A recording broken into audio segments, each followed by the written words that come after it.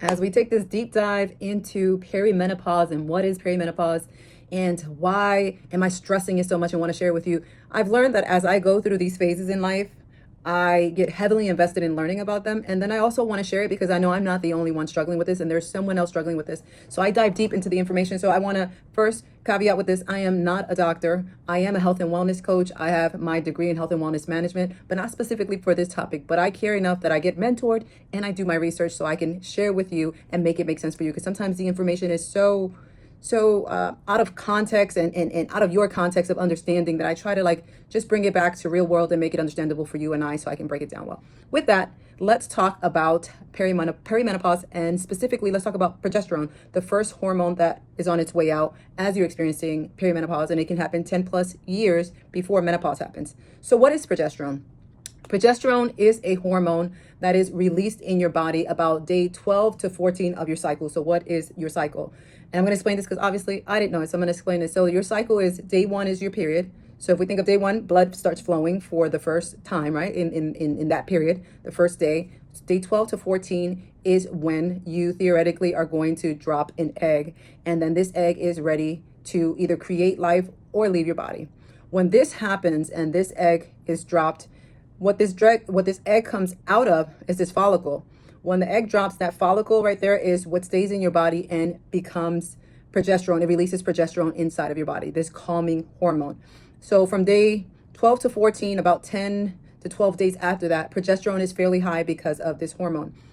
If you do not produce a baby and the egg does not get fertilized and turn into a baby, this hormone leaves your body, and about that 10-12 day mark, your period is starting again, day one, and that cycle continues, and that's how it happens. So when we are entering perimenopause, on our way to menopause, this hormone is preparing for us basically not having babies forever, right? So the eggs dropping within those cycles of 28 days starts either shortening or lengthening up, and then sometimes you can bleed without that egg ever have dropped and progesterone never have produced inside of your body.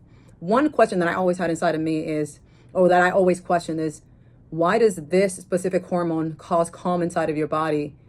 And why does it only happen days 12 to 14 to about day 28? What about the days prior to that, day 1 through 14, when you don't have progesterone in your body, but you're able to be calm, excited, motivated?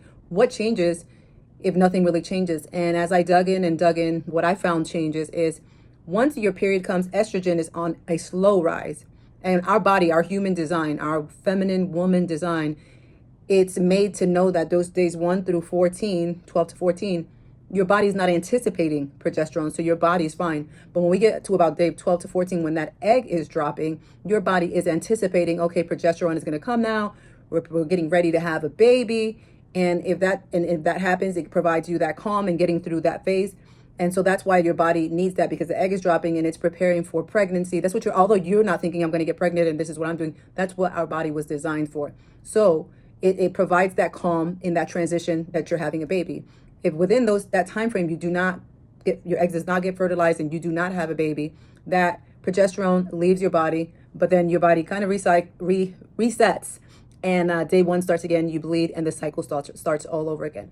As we get older, our body is preparing not to have babies forever, so this hormone progesterone is the first one on its way out. I know that was a lot of information, and it is fascinating to me how the human body works, and I just wanted to share it with you to really give you context to understanding what is happening in your body.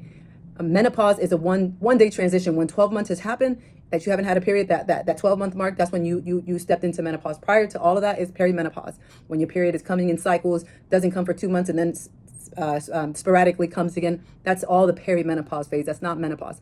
Things that I want you to be aware of as far as like hints and clues, context clues, as far as if you may be starting to walk into perimenopause, are things like night sweats, irritability, and anxiousness more often than not than how you originally were. Can't sleep at night, some insomnia that's pretty consistent, short periods or spotting. And then also things to look at is when progesterone is low, you have estrogen dominance because the progesterone is not there to balance it out. So you can have things like breast tenderness and bloating. So those are things I want you to look out for. They're not always necessarily, oh, you're in perimenopause. But if you're entering the age of 35, 40 and you're having one or more of these symptoms, I'd highly advise you to get your hormones checked and see where you're at and where your hormones are at, so you're able better to assess. There are supplements out there that can help you navigate this period of your life, so you don't need to go through the old school way of doing things and just dealing with all the things that come with perimenopause and menopause. I hope this video helped. If you have any questions regarding perimenopause as we navigate, I'm going to give you some solutions as far as supplements and things I do, but I just wanted to explain what progesterone was and what it does for your body and why it's necessary for your body in order for you to feel like yourself, possibly for the rest of your life. It might not happen naturally with your body eventually as far as getting the progesterone, but there are things out there to help you navigate the next phase. I hope this was helpful. If you have any questions, please reach out.